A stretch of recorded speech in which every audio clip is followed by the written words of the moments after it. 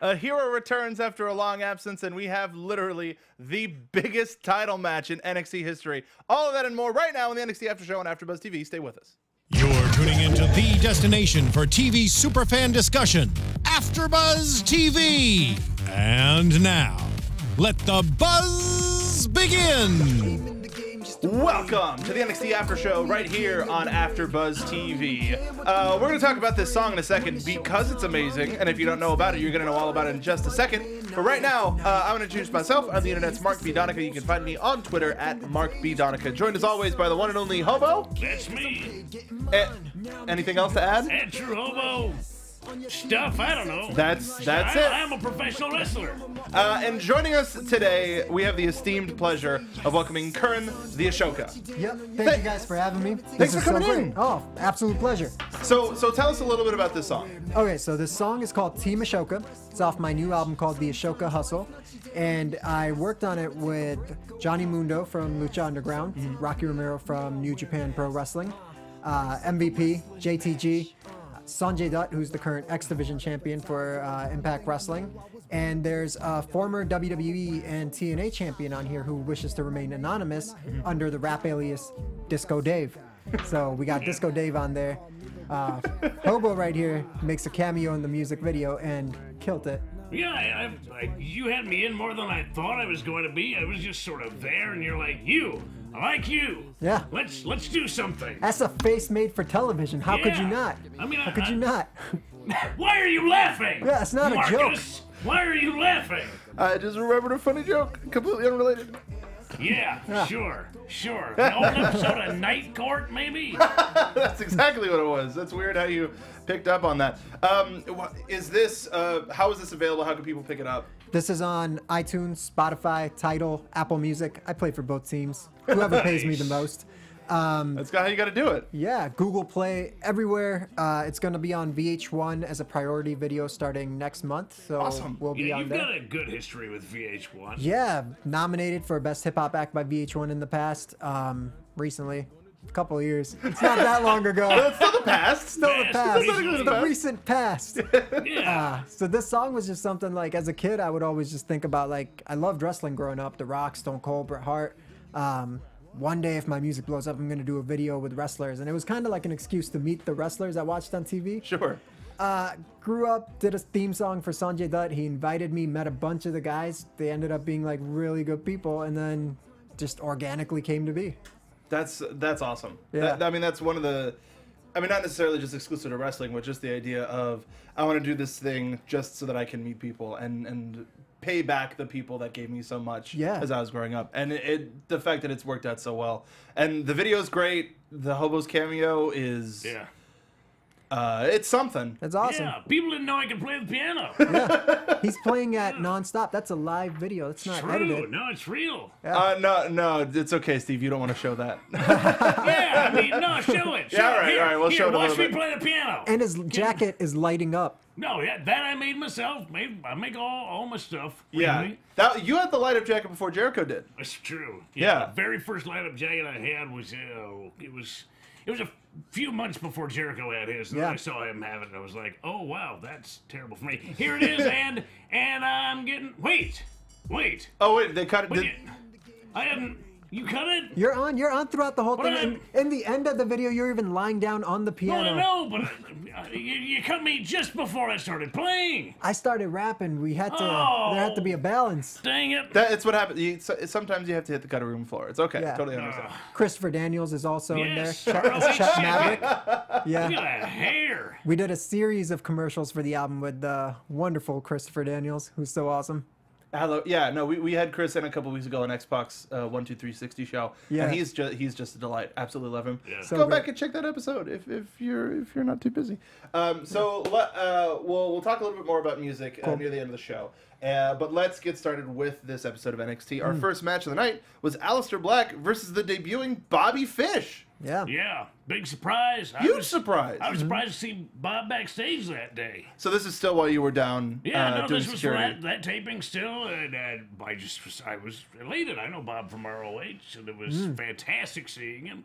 I don't even, obviously it was a huge surprise to everybody else. Yeah. So I don't know what they're going to be doing with him in the future, but it was great seeing him and Alistair Black mix it up. I think both of them are incredibly technically sound, and they had a great match.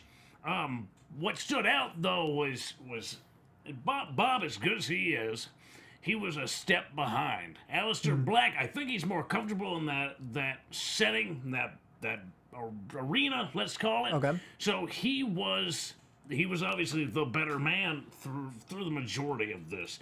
Though Bob got on top at one point. And this was Bob's debut. Talk about nerves kicking and everything. You know, this is a big opportunity. You don't know if you're going to get another shot at something like this. So, given all that, I thought they both did amazing. Yeah, agreed. I think for all of the pressure that Bobby could have been feeling, it's not like he's unfamiliar with the big game atmosphere. Right. Not, Ring of Honor isn't just a, No, it's huge. a 20-person in the audience federation. Right. But I think one of his biggest mistakes was trying to go strike for strike against Alistair, and you just can't. No, he I think he's got one of the best submission games in the business, and I think that should have been his bread and butter this match, but he decided to mix it up throw for throw, and Alistair Black is I'd say he's maybe a step above Bobby Fish in that department. that way. Yeah. And it showed, obviously. What do you think Bobby could have done a little bit differently in this? Kind of saying what Hobo's saying. Maybe if he could have not gone toe-to-toe with, trying to hit him in that sense. Maybe more make it a submission game, get him on the ground. Because it's tough to go with someone like that. You know what I mean? You got to bring him to your comfort level. Where Right, you can right. do it. Where you can take him down instead of trying to, be like, oh, I'm going to go outside of what I'm used to and try to play it at his game. Yeah, I think he went for the submissions a little bit too late. Yeah. Way too late. Should have started by trying to get him on the ground first. Yeah. Yeah. What do we want to see from Bobby Fish moving forward? It's tough to say. I don't know if we'll see him again. They called this his debut. If it is a debut, I'd say it was a pretty good one, though you generally want to win in your debut. But I'd say Alistair Black is probably one of the hottest commodities in NXT right now. Who I'd want him to see take on in the future. Maybe have him face Gargano. Since he's now a singles player, I'd say a meeting of those two could be potentially a very, very fun one to watch. Yeah, definitely. And one thing I want to point out is I actually, while watching the match, started talking to you guys about this. When Alistair sat down, I was like, what's happening here? What's happening here? And he was clearly laid a trap. I was like, you should go kick him in the face. That's what I would do. And he went to go kick him in the face, and it was clearly a setup, and it didn't pay off. Well, it paid off for Alistair, but not for Bobby Fish. Absolutely. And that's the problem with Alistair Black is he's a step ahead even when he's standing still. Right. Nothing is ever done without being a purposeful act. He sits down in the center of the ring and you think, well, he must be taking a break. No, Yeah. he's waiting for you to make a mistake. Right. And the mistake is then moving against him. Yeah. The right move is to go, no, you get up. You Right, get up. I am right. not going anywhere near you. You get up. But Bobby Fish fell for the bait. Yeah. When you're in those big game situations, though, sometimes you do. You're like, oh, I'll show him. I'll be the guy who can stop this, you know? Go against the And grain. it could be the first, his debut jitters. Maybe not necessarily Definitely. jitters, but that I'm here for a reason, and I'm going to show why I belong here. So I'm going to kick you square, and you just No, it totally didn't. fall for it. Didn't work. Yeah. Didn't connect. Alistair gets the black. It never looks any better. The black mass for the win. Even the setup where he brings him up. He has. I've talked about Alistair Black before. He has one of the best abilities of movement in the ring that I've ever seen. He has some of the best balance of anybody I've ever seen, and the control, the ability to lift a man up with one foot and not lose your own balance, especially in a surface like a wrestling ring. It's I wouldn't say it's soft, but it's certainly not as hard as a concrete floor. But he's still able to maintain absolute balance while picking a man up, size him up, and then execute. And I do mean execute. You hear that pop, his heel hits him right behind the ear. That's an execution. Yeah. So this was the short-lived life of Bobby Fish, because he's dead now, thanks to that kick. After this, we get a look from last week's match between Hideo Itami and Cassius Ohno versus SAnitY. After the match, they end up fighting in the back, and I was just like, I'm done trying to convince you. Not his convincing wasn't as convincing. Yeah. They're like, okay, they seem to be just sort of puttering along in just having a match. Yeah. Just have a match. But I do believe that Hideo Itami's frustration is real. That I believe. That's probably the only part of this I do believe is Hideo Itami is frustrated. Yeah. And I think he wants to take out his frustrations on just about anybody, everybody. I can imagine that. Yeah. I will say this about Cassius Ohno. I've met him before, and like his love for basketball really comes through when you're just even talking to him. And I dig the basketball outfits, like the throwbacks, especially to like the Orlando Magic, the Chicago Bulls. Like I was like, that's dedication. Could he take it somewhere else and maybe polish it up? Perhaps. I don't know. But watching it, I dug it. I was like, oh, this is cool. Half the time I just wish he would come out in full shorts and just be dressed like a basketball player. That would be amazing. I will agree with you. I have been to several shows that if there is a basketball hoop present, Cassius Ohno will be there. Yeah. He will be at that basketball hoop and playing a pickup game. That's no BS. That's legit. He's passionate about it. Yeah, he loves the game. Yeah, and old school teams too. Yeah. Yeah. Yeah, the classic Bulls. Yeah, man. I'm excited to see where these two go in the future, but I'm a little bit more excited about the fact that we finally get a chance to see the Street Profits come to NXT. We've been hearing about them for a really long time, both seeing them at live events and from other folks. Just hearing about the Street Profits, and they're going to be the next hottest thing.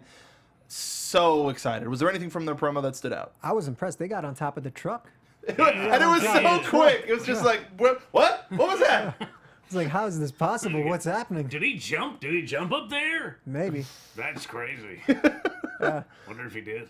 It's coming soon. Oh, maybe. I think Brooklyn would be a great place for them to debut. That'd be awesome. Oh, yeah. No, they'd get over real well in Brooklyn. Brooklyn would love them. Sure. Who would you want to see them debut against?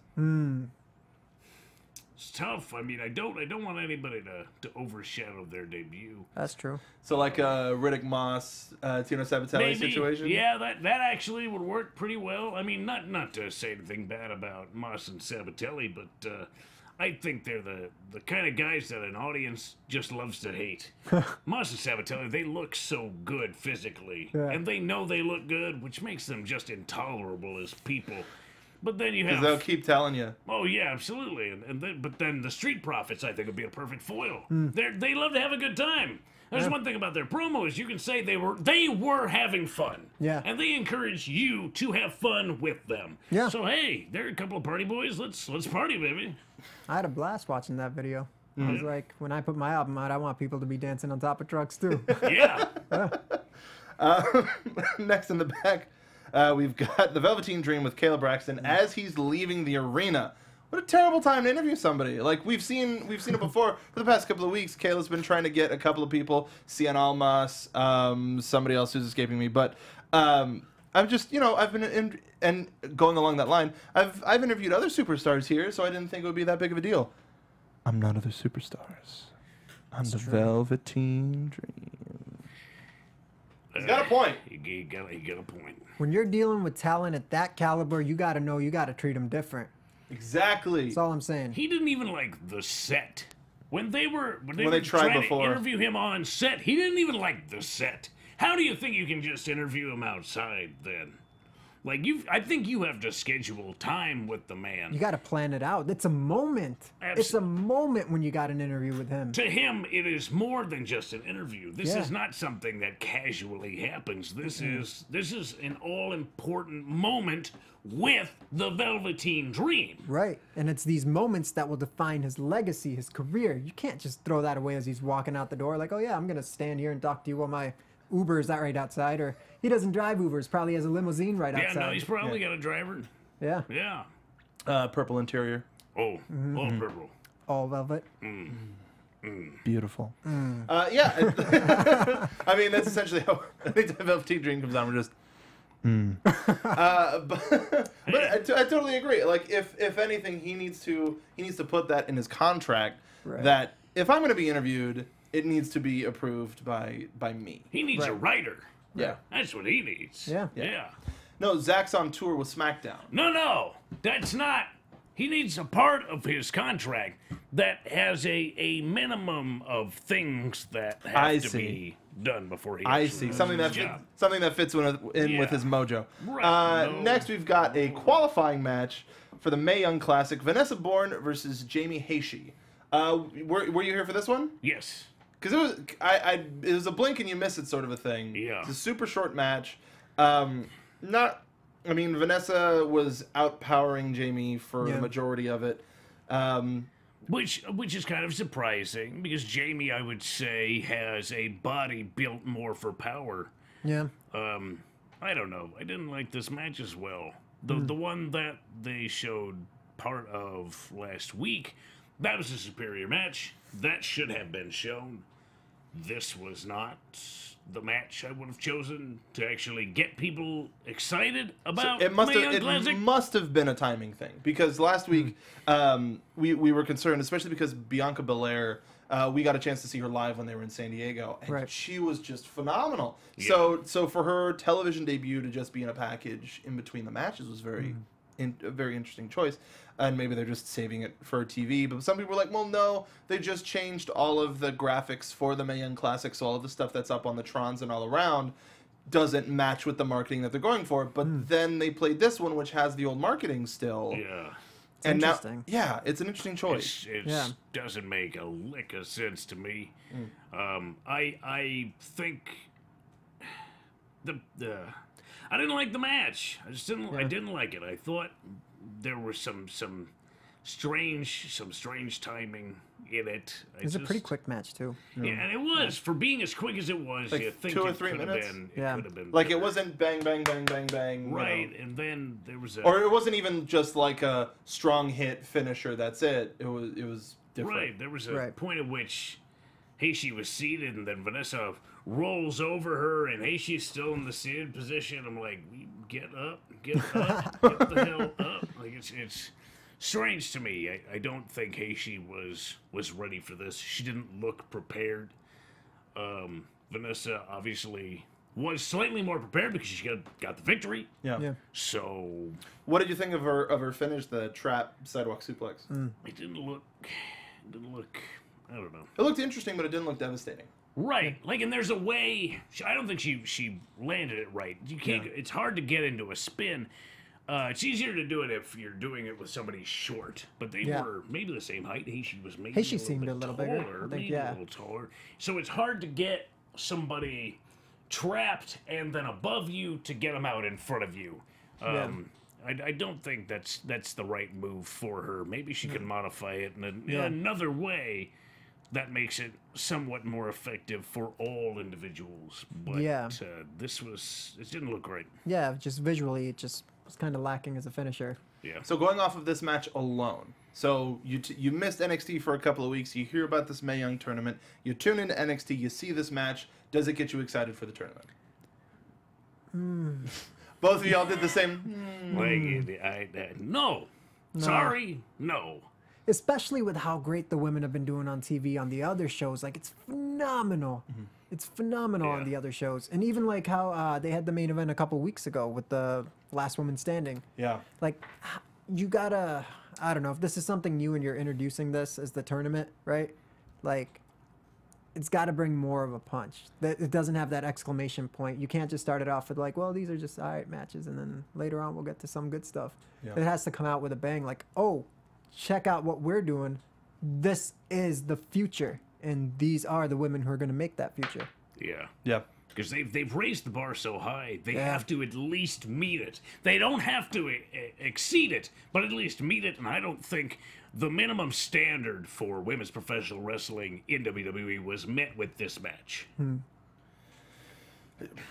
Agreed. Yeah.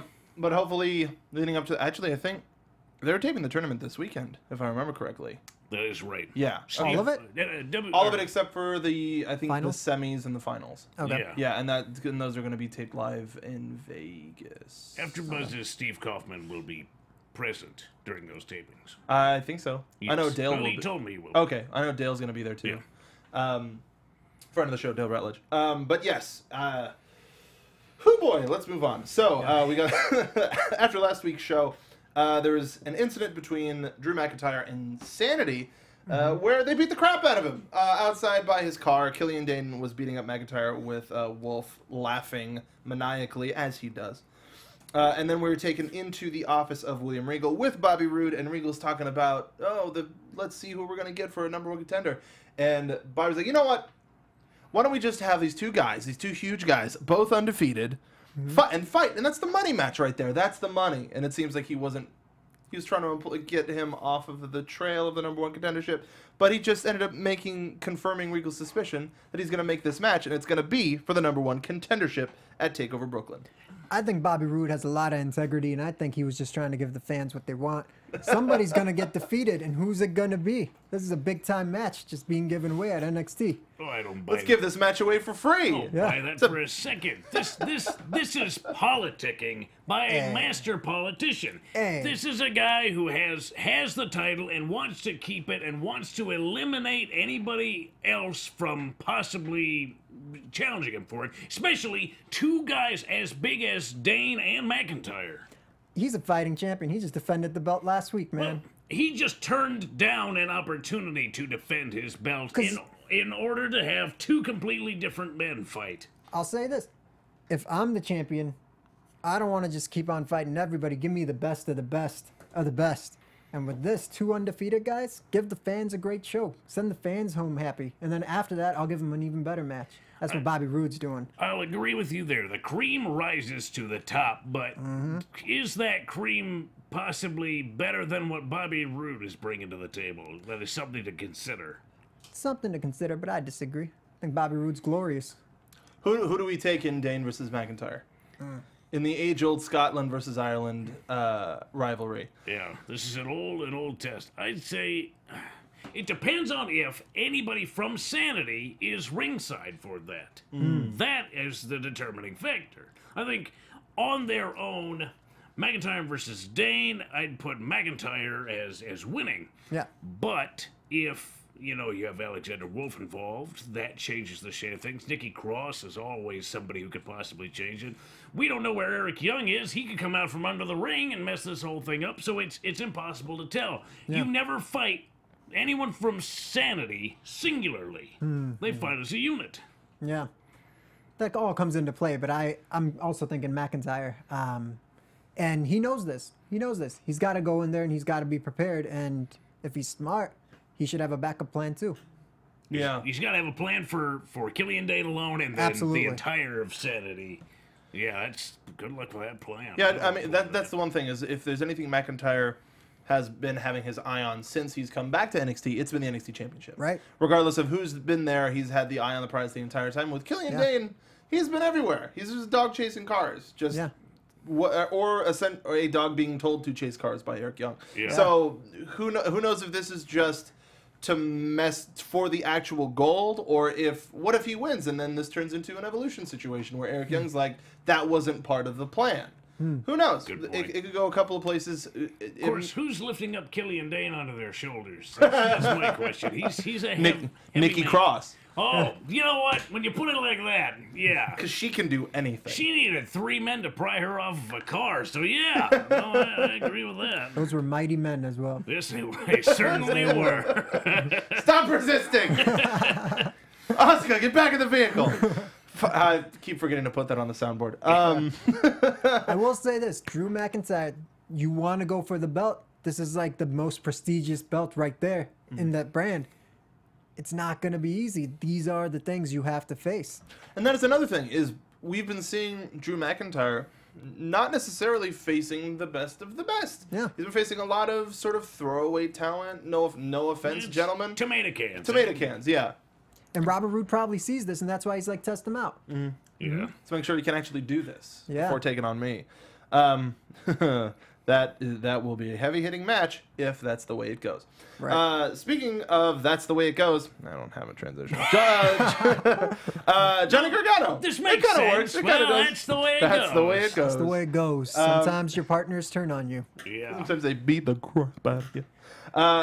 He's not out there to dwell on the past. He's there to look to the future. He was talking about how all of the issues that he's had with Tommaso Ciampa have affected him the past couple of weeks, but he's looking to the future. He's got to be at TakeOver Brooklyn. He's got to be Johnny Gargano again. He's got to be Johnny Wrestling again. Right. And we hear the new theme play. Yeah. Where do we want to see Gargano go at Brooklyn? Who do we think he's going to go up against? Does he get involved in the title match? No. It's too No? early for that. Not yet? Not Okay. yet. Too early. I mean, he's not done anything singles related since the Cruiserweight Classic. So it's way too early for him to actually make a run at the championship. I would say just mixing it up and maybe a contender shot at the show. Maybe if you're doing like a 4-way, something like that, you could throw in Gargano. I think he's capable of doing that. Yeah, because it's not going to be Ciampa. It's just not, unfortunately. And I think that's one of the hardest parts about this whole thing is Ciampa's out for the remainder of this year into next year. This is like a Sami Zayn. potentially. This is like a Sami Zayn injury where he's just going to be gone, and NXT is going to be completely different by the time he gets back. And You know it's what, an though? Tommy injury. Yeah. I think he might be better than ever when he gets back. Because look at the fighting spirit in that guy. He was messed up. And to still mess his partner up? Yeah, After that? that's a very good 'Cause point. they pinpointed the moment it actually occurred, and you went, "Wow, that was halfway through the match." He had to fight all the way through that, and then he decided to kill his partner with one leg. Like that's a bad mother right there. That man does DDP yoga. Yeah, no, he must. Should now, at least. Well, yeah, it's a good recovery tool. I'll say that much. I did it when I hurt my knee. Yeah. And I did it to recover from a few other injuries. Yeah, DDP yoga's legit. I do DDP yoga every day. Do you? A couple days a week. Every day. Well, every other day. Every other day. Every other day, every other week, every other month, Yeah. every other year. But who is there anybody in particular that you think Gargano would? I think him and Almas would be a good match. I think it would be pretty fun, especially with Almas trying to get back on the right track. What better person to go against than the crowd darling of Johnny Gargano? Or Lorcan, maybe only Lorcan, seeing as he just he had just broke a day with Tommy's nose. Right. I mean, you want to put him up against a real opportunity, a guy who wants to get the win as bad as Oni Lorcan does. Oni Lorcan will tear Johnny Gargano apart if he's given the opportunity, and that will make Johnny Gargano that much better having to fight the resistance of Oni Lorcan, being as a wild wrestler as he is. It's true, too. I was just thinking, what about the Velveteen Dream? That's tough. Ooh. Yeah. I like that a lot. You want to make moments. That's a moment. Yeah, that might end up being the best for both of them. Somebody that's pure wrestling versus somebody that's just pure everything else. Everything Pure else. mind games. Yeah, let's go with mind games. Yeah. I mean, pure sex. I mean, really. Pure emotion. Pure sex games. Pure Sex games. But That's what the I would next say, pay-per-view next year in June. sex Sex games. Sex games. Yeah. Great sex games of fire. Goodness. No, I like that call. Dream versus Gargano. Ooh. Be fun. Yeah. That threw me off. I like that a lot. But did anybody think that when Gargano's new music played that somebody was coming out? I did. Yeah. You- It's like, wait, you whose did- music is this? You did for a minute, but then you remembered, oh yeah, you remember that rumor where that girl said she did somebody's intro? Yeah. Oh, this is that then. I follow. All right, let's talk about our main event. Whoa. Our Beef Boys, Heavy Machinery versus the Authors of Pain. I can't imagine being ringside for this match just for the visceral shockwaves that you would feel from every single movement. I don't know if they reinforced the ring before this match, but I How could they certainly not? would have. Like that's a Did they 12 say it was 1,200 pounds? pounds of man in that ring? Almost not 13. Not counting El ring. Yeah, of course, he's just a sprinkling on top. Yeah, he's at like that point. he's like a good 60, 70 of wet. Yeah. Like, he's a wiry 70. He's you a know? wiry. Wiry 70. Yeah. Solid. What were some of the highlights from this one? Man, they were just such powerhouses. Just all of the hard-hitting nature of this match Ah. made it so much better than what it was, or potentially could have been. There's just something about seeing big men wrestle. Yeah. I don't know what it is. It's just a one man trying to knock another man over. It's almost like Right. sumo wrestling at some points. But Yeah. Otis Dojovic standing there and just not yielding in the center of that ring, them just nose to nose, and he just won't go. He's just the power on both these guys. And the tale of the tape says it all. Otis is 5'10", and he is 330 pounds. He is 2 inches taller than me and 100 pounds heavier.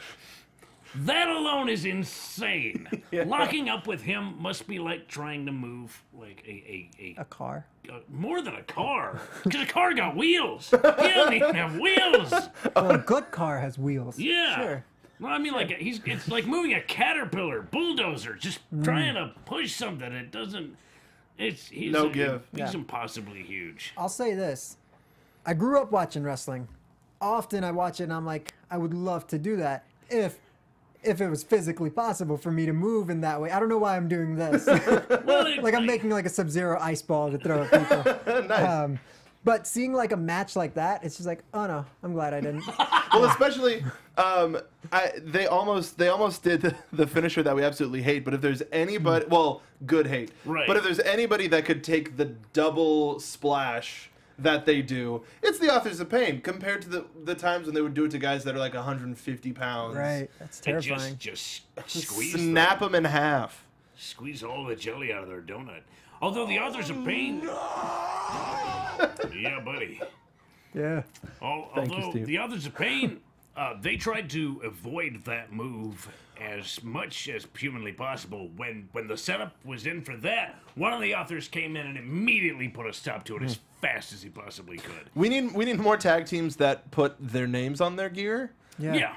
Because like it's usually people that you can tell apart that don't have the names on their gear. It's like, oh, I know that one's Tucker and that Right. one's Otis, but like which one's Akam and which one's Razar? Yeah. Because they're the same height, Same and the haircut? same weight, and the same hair. One has tattoos, and the other does not. And That's how I tell the end. Usos apart. Yeah, I still guess. can't tell them apart. One of them has 2 shoulders, one of them has 1 shoulder. It's too much work. Okay. It's too much I work. can't do it.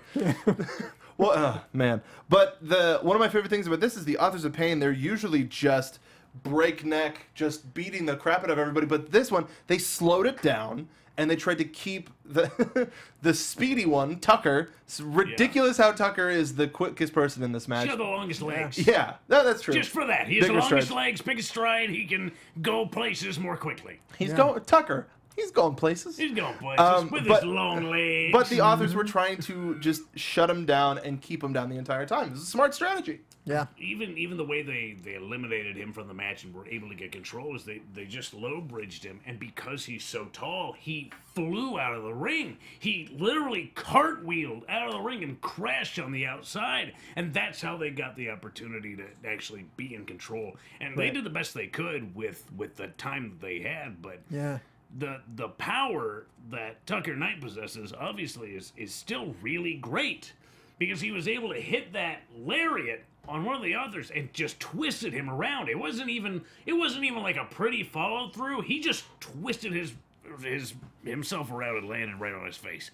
Just not a good way to land, and that was what caused the change in the tag. And just watching Otis move. Let me ask you this. As someone who stepped inside the ring, how do you prepare for something like this even?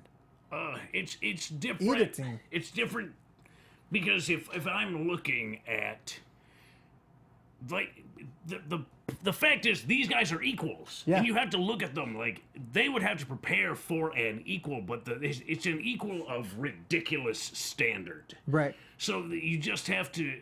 I'd say speed is really the name of the game more than anything for these guys, because power for power, they're matched. Right. They cannot outdo each other when it comes to power. So that game is good, but then it's speed. One of them has to outmaneuver the other, and I think that Whoever can get the damage done first. right, Heavy Machinery did a good job of being the faster tag team in this match.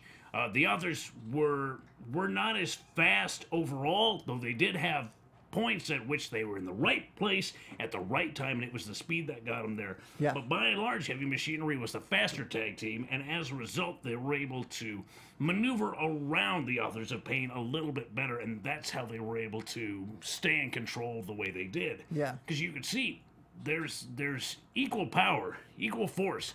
Neither of them could really outdo each other in that regard. So speed ended up being the real change in this match. To say the least.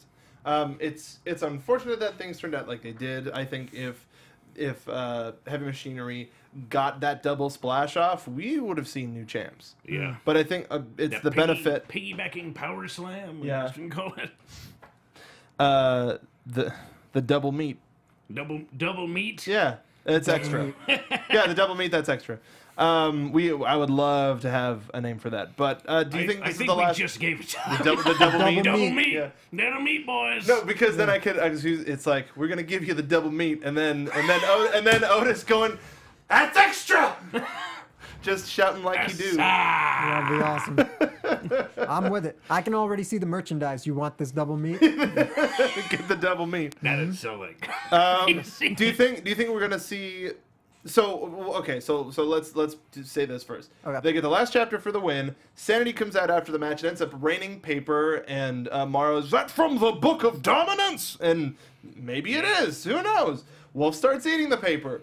All right. Yeah. Because it's Alexander Wolf. At this point, I am not surprised. Now, this, despite Killian Dane being in the #1 contendership for the NXT Championship, Right. do you think that this is SAnitY doubling down and unofficially challenging the Office of Pain for the tag team titles? Absolutely. I think so. I think that's a statement that they made. Why else would they be there? You know, they're not just there to be like, oh, look, we couldn't get seats. We just came out here to watch the ending. No, they're there to make a statement. And I think, like, anytime, and tell me if you agree with this. Yeah. As a fighter, if you're going in there, you got to have the mentality that, like, it's do or die. You just have to, because you're in there against people who can hurt you and hurt you bad and affect you for the rest of your life. So I think they're viewing themselves as, okay, we got the #1 contendership coming. That's going to go our way. We're going to get this title. We're going to get everything. And this is our time. It's time. It's time to let the world know. Right, I agree. They tried for the women's championship. That didn't quite work out the way they wanted it to.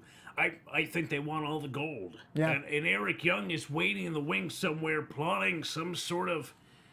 We don't even know what. We don't even know what Eric Young is plotting. But I can imagine it has something to do with the NXT championship. Yeah.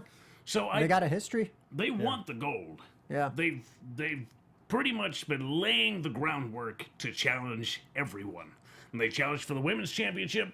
Soon they'll challenge for the NXT championship. Potentially, they'll challenge for the tag team championship. They want it. They want it all. Yeah. Chaos. They want Chaos to reign supreme, and SAnitY. They're the ones to bring all of the madness that they can muster. But I ask that to follow up with, what does that mean for Heavy Machinery? Are we going to see them challenge as well? Do we have then a triple threat situation at Brooklyn where we get a triple threat tag team match? Cool. That'd be really awesome. That'd be awesome. Or do they have to work their way back up? I think they got to work their way back up. Yeah. There was nothing contentious about this victory for the Authors of Pain. Yeah. There's no argument you can make for that was not a clean victory. This was clean. There was no way you could argue that it wasn't in any way clean. So I think, unfortunately, Heavy Machinery's got to start at the bottom and work their way back up, which I don't think is a bad thing. They were lacking in the experience column as a whole, and I think the more matches they have as a team, the better off they will be, and I think that will make them the championship caliber team that they truly should be. Well, I'll say this: that's bad news for the bottom if that's where they're starting. Say that. No kidding. Yeah. Agreed. The bottom has to go to the underground, basically. Yeah. What's under heavy machinery? Broken bones. And jelly from men that they have Jelly. squished. All right, so let's go into a tiny bit of AfterBuzz TV news. AfterBuzz TV News. Just like that. All right, so we got two more names announced for the Mae Young Classic. We got Kaylee Ray and Aisha Raymond. We're going to be taking part in the Mae Young Classic, which is going to start filming this weekend. Tomorrow, actually. Yeah. Yeah, tomorrow. Yeah, Thursday, Friday, right? Yes. Yeah. Because the NXT tapings are happening now. Yeah. Right. And we're not talking about anything or anyone that may be happening. Nope. Nope. So stop asking. And then also, something that I found pretty interesting is we already had a super solid announced team for the Mae Young Classic in Lita and Jim Ross. Yeah. But we have just found out that Medusa, a.k.a. Alundra Blaze, is going to be added to that announced team. Really? That's Yeah. amazing. That's nuts. She announced it When on was that Instagram announced? earlier this week. Really? I haven't heard her announcing, but like that makes me nostalgic. She has a podcast, Yeah. so I know that she's familiar with Okay. long form speaking. Cool. But being part of a team, I'm sure she'll be able to bring a whole range of experience to. Yeah. Imagine the conversations with just her and JR about the history of like female wrestling. Yeah. Be pretty wild. Right. Because she was a trailblazer in her time, and now Definitely. she's looking at the next set of trailblazers. So Yeah, when they first announced the Mae Young Classic, she was at the Performance Center and she did a little video talking about the history and how important this tournament is. And I was like, oh, cool, what is she going to do for it? And nothing came out until this week. not. So we're really looking forward to the Mae Young Classic here at AfterBuzz TV. And once we have a better idea on a release schedule, we'll let you know when we're doing an after show for it. Anyway. Yeah. That's it for the news. You can well, cut there's the, one the more biscuit. bit of news. Is there another bit of news? Yeah, it's Bill Handstock's birthday. It is. Yeah. Bill Handstock. He is not here today because he's at the ESPYs / it's his birthday. So Yeah, it's his birthday party. woo! Yeah, I'm new Bill Handstock, by the way. How's it going? Boy, you changed. Yeah. It I mean, happens. I know It's- you shaved, but wow. It's really hot. Just got a tan. You know, that's all it is. I've just been outside California. a lot. That's how California do. Yeah. But send Bill birthday messages at Sundemotel on Twitter. We absolutely love Hi, him. Bill. He'll be back. But let's talk about the Asoka Hustle. Let's do it. So where did this particular project? Because I know you've been in the game a while. I've been in the game for a long while. Mm-hmm. I was making music in Detroit. The last album before this that I put out was called Heart of a Lion. It was an underground rap album. I was just rapping to express myself. My videos are on MTV and VH1. Their talent relations hit me up every now and then. I get a letter that, oh, this new person's in charge at the station. This who you're in touch with. I woke up one morning and I got a letter, email, and a digital letter, if you will. Yes. Yeah. Electronic mail. An electronic mailing letter. And I was like, oh, great, they're changing the person. Hopefully the new person's nice also. And it was like, to the respected celebrities, you have been nominated in the following awards. And I was like, spam. Great. And I'm scrolling down. I was like, whatever, I'll read through it. Let's see who my peers are. And lo and behold, it said the Asoka Best Hip Hop Act nomination for the first ever VH1 Sound Nation Awards that they held in India. So when that happened, I was like, shit, this could be something. Like, I should, like, at that point, Rolling Stone had done stuff on me and a couple other places. But it was just like a dream still. You know what I mean? At that point, I'm still in Detroit and I'm just like, all right, I got to start working on this for real, for real. Like, I'd even worked with a few artists who were signed to Dr. Dre, who were signed to Eminem, but it was still like, I'm going to the family business and I'm going to do business stuff. Yeah. Which I'm still like, I love business. I love making money. It's what I do. But we really started putting work at that point. And actually, I'm sorry, I wasn't in Detroit at that point. I just moved to LA already. So it had been a few months. I was on my way back to Detroit for a vacation, like visit back home when I got that. So this is basically my entire time in LA working on this music. And I was making songs, and they were good. I could have put out an album. Like, honestly, if you want me to, I can put out an album, like, in a week. I love writing. It just constantly, I'm blessed enough where it does pour out of me. Like, whatever I'm feeling, I can put it in rhymes. That's excellent. But But to really put out a product where I could be like, this, you could take this and define me with it. If something were to happen to me today, you could listen to this from start to finish and be like, oh yeah, I have an idea of who that guy was. I know what he was thinking. Wow. That's what I wanted to do with this album. And I've been lucky enough to have really good people around me who go out of their way to bless me. And like one of the guys that I met, Disco Dave, who will remain anonymous as Disco Dave, he told me, he's like, yo, bro, a couple of the wrestlers love rapping. We even do some of it ourselves. And he played it to me. It wasn't recorded properly, but the words were great. Yeah. And like, it made me like really realize, like, because I grew up watching wrestling, like how similar our paths are as like independent musicians or independent comics and actors who are struggling to like indie wrestling and just the struggle that they have to go through. And I really related to the lyrics on that song. So I was like, yo, why don't you come over and we'll work on this record? So we did that. And Disco Dave was friends with Rocky Romero, and he had told Rocky about me, and Rocky was like, yo, can you introduce me to that guy? And so we all went out, had like Chinese food. Rocky was there, and I was like, yeah, this guy's awesome. He's a great guy. Sure, I'll check out your music. He sent me some beats.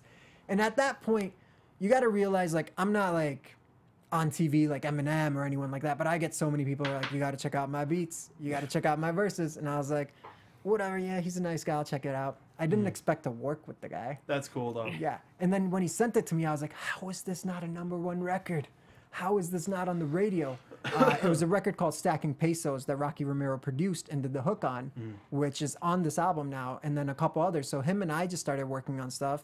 And then that wrestling record just kind of snowballed where more people, like, it was Disco Dave recorded it, Rocky recorded it, and I did our verses. It's a 2-minute record. And then other wrestlers were like, yo, I want to be on that too. Yo, I want to be on that too. And then it was all through Disco and Rocky, like their friend circle. And I was so fortunate enough, like, because the wrestling business can have great people and not so great people. To say the least. No. And my experience has been wonderful where all these guys were so great. Freaking MVP flew out to the shoot. The music video's out. We have another short film that was inspired by this song that we haven't put out yet. MVP flew out from Texas on 3 or 4 days' notice, not getting paid, no money, just like we'd spoken on the phone, talked about music, wrestling. He was like, you're a good guy, man. It's been a while since I came to Cali. I'm going to come out there. What a jerk. And then he stayed around after the shoot and was a coach for class that night. Really? A guest coach for class that night. That's so cool. Yeah. Yeah. So that's kind of like how the wrestling record came to be. And in between, because it's been about 4 or 5 years I've been working on this album, Rocky and me, and I don't know if Rocky's actually told people this, we worked on a record for Dr. Dre for the Compton soundtrack. Dr. Dre liked it. It was called CPT, because, you know, hip-hop has so many acronyms. I was like, they're always like Compton, CPT. I was like, let's make it Come Party Tonight. We actually had a list of a lot. We worked on this record hardcore. Yeah? And one of my buddies, Hitman, is all over Dr. Dre's album 2001. He wrote The Next Episode. He's on 11 songs on that album with Dre. That's amazing. So I was like, hey, can you... He's on my album too, so he's like a really good buddy. I was like, hey, can you play my stuff for Dr. Dre? And I don't know, you and Snoop and all those guys are writing for it. I'd just love to be considered, thinking he's going to be like, oh, why is he asking me this? You know? But he was like, I got you. Do what you got to do. Type it up, the lyrics, everything. Give it to me presentful, not just like an email or something. I'm going to take it into Dre. I'm going to talk to him about it. And Rocky and me worked on this record. It's called CPT. Dre listened to it. We did 2 records. One of them, he wasn't feeling that much. He didn't say anything about it. He was like, okay. Second one, CPT. He's like, CPT? Come Party Tonight? Why didn't we think of this? This could be developed into something. And then he was like, tell your boy to come through so he can get a vibe of what the album is. He'll get a better idea for it, and we'll see what can happen.